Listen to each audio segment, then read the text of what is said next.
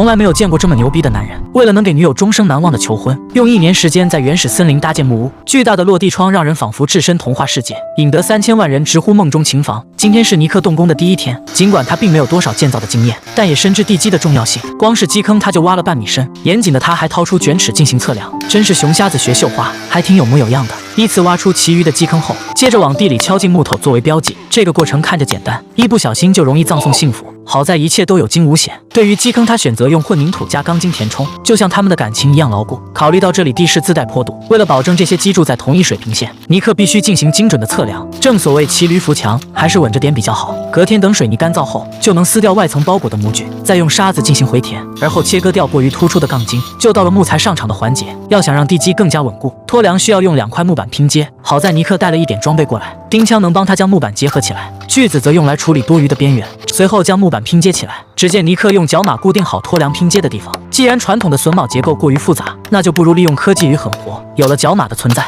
让尼克很快就安装好第2层龙骨，龙骨之间再用木板进行加固，彻底杜绝框架产生物理移动。随后就能往上面铺设胶合板。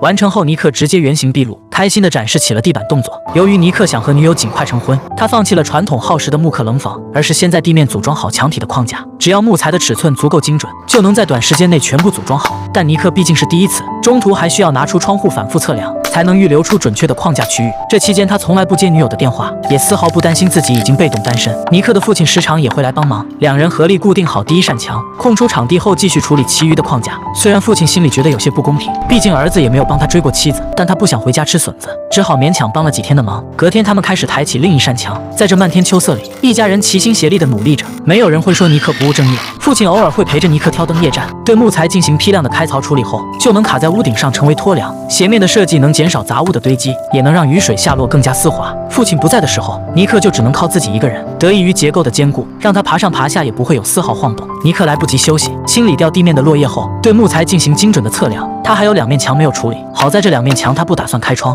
所以结构看着就简单很多。墙体之间连接的地方还需要用螺丝进行加固，而后尼克给屋檐做好挡板，后期才能防止瓦片离家出走。随着秋天的到来，木屋也到了封顶的阶段。尼克先用薄木板覆盖在顶部，用钉枪加以固定。防水一向是重中之重，光是防潮膜他就铺了2层，更别提还有父亲赞助的隔热板。虽然看起来没什么重量，却是保温隔热的好材料。父亲从小就说，天塌下来还有屋顶，可见一个屋顶对于家庭的重要性。所有的框架基本完成，现在就只差封闭墙体安装门窗了。今天他找来工具人帮着他一起封闭外墙。这种欧松板不仅安装简单，材料也更加环保。大部分时间尼克都是独自建造，毕竟这是自己和女友未来的新房，每个细节他都力求完美。只见尼克沿着欧松板上的记号进行切割，确保它能和屋顶的形状完美契合。突出墙体的地方则交给锯子全权把握。由于女友喜欢看窗外的风景，所以尼克在正面留出巨大的落地窗，让室内的采光直接拉满。为了能让一房传3代，尼克给屋檐传子喷上防腐漆，这种漆非常昂贵，每1000克就有1公斤。木屋的防水一向是重中之重，尼克不敢有任何松懈。只见他在外墙固定上1层防潮膜，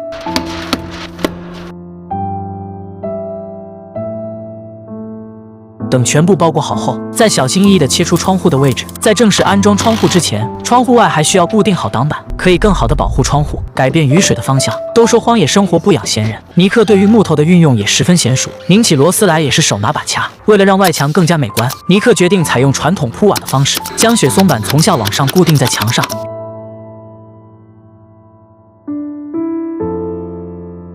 这期间他需要先将大门安装上，在门外固定好1整圈挡板，才能继续进行铺设。考虑到木屋整体色调的和谐性，窗框他选择用和大门相同的墨绿色，这种颜色经久耐用，而且显得时尚美观。接下来的半个月里，尼克都在固定雪松板。这个工作看着简单，实际上每一块板子的摆放都非常讲究，而窗户的安装就简单许多。得益于之前预留的尺寸足够精准，让尼克只需要打上密封胶，就能将窗户直接卡进去，接着用夹子进行固定，防止胶水未干导致窗户移动。而窗户外也需要同样用密封胶加固，确保室内不会走漏半点风声。随着一块块窗户被装起来，尼克也是兴奋的原形毕露。窗户上倒映着森林的风景，仿佛是另一个童话世界。就在尼克准备木材时，却听到一阵刺耳的警车声。They're coming for me because this cabin is illegal. It looks so good. 说归说，闹归闹，这木屋还得接着造。随着夏天的到来，木屋的外墙终于全部搞定，尼克就该解决室内用电的问题了。好在他父亲的仓库就在附近，让他只需要将电牵引过来就可以，而且以后也不用再交电费了。只见尼克拿着镐头对着地面开挖，一直从仓库挖到自己的木屋附近，隔天再将电线藏进管道内，一路延伸到木屋里，接着在墙上安装好电箱，在家里各个角落布设好插排，就能实现用电自由了。尼克迫不及待地用风扇进行测试，凉爽的水汽扑面而来，让他的疲惫一扫而空，解决了基本的水电问题。木屋也进入到封墙的阶段，毕竟现在墙体只是一块欧松板，不具备保暖隔热的功能。只见尼克将岩棉塞进框架里，10几厘米厚的隔热层能让木屋做到冬暖夏凉。粉色逐渐占据了整个墙壁，任何边边角角也都被彻底填充起来，严谨的他没有放过任何一个角落。随后他灵活地爬进地板下，但凡他再胖个2斤，都没办法在这么狭窄的空间操作。尼克给底下塞上隔热棉后，还得用塑料膜进行覆盖，解决了木屋的保温问题。就到了安装墙板的环节，尼克一次性将木板全部搬进来，一边切割一边用钉枪安装。这种松木板十分昂贵，每1000克就有1公斤。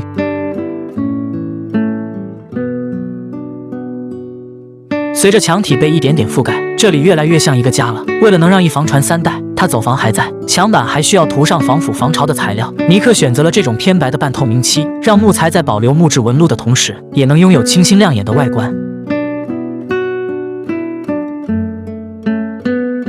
现在看起来就美观多了。对于横梁的颜色，尼克没有选择同样的色调，而是用绿色进行涂抹，让横梁能与墙面形成反差。经过这段时间的高强度装修，这点活对他来说就是张飞吃豆芽，那还不是小菜一碟。天花板的木板则用纯白色进行覆盖，不难看出这小子是有点审美在身上的。现在室内已经基本清空，终于来到了软装的环节。随着秋天的到来，空调就得赶紧安排上。得益于之前安装好的空调架，让尼克很快就装好了外机。接着他来到室内，将挂壁空调安装在墙上。作为讲究一点点细节的男人，尼克将窗框全部刷成墨绿色，一双铁手就跟上了马达一样，不知疲倦地劳动着。实在扛不住的时候，他总会召唤出另一个分身，对自己进行口头的表扬和鼓励。隔天，尼克采购的顶灯也到了，好在之前走好了电线，现在只需要根据勾股定理，就能对其进行精准的安装。兴奋的他叫来女友一起欣赏，两人尽情畅想着未来的生活。不过在那之前，还得把地板安装上。只见尼克往地上铺好防潮膜，接着从角落开始铺设实木地板。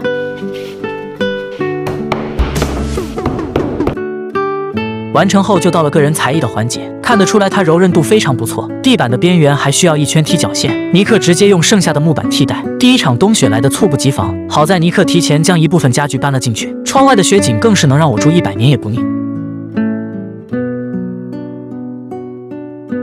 雪停后，尼克清扫了门口的积雪，准备在这里做一个台阶，因为今夜他就要和女友求婚。只见他先是搬来2块空心砖，接着在门槛下固定1块金属片，找来木材围成一个平台框架，只需要用原木进行覆盖，统一切除掉多余的边缘即可。在门廊左侧安装好倾斜的踏板，底部放1块空心砖，就做好了方便进出的楼梯。夜幕时分，室内已经被尼克装饰了一番，他单膝跪地拿出戒指，女友感动得说不出话来，两人紧紧地拥抱在一起。第2年春天，尼克和妻子正式搬到小屋居住，不仅换了3人位的大沙发，也装了尼克喜欢的升降电脑桌，可以满足他各种升级打怪的快乐。随着双人床的进入，这将是他们在木屋正式度过的第1夜。也许人生漫漫，能像尼克一样寻到一位知心爱人，在这荒野山间一起终老，也是一件乐事。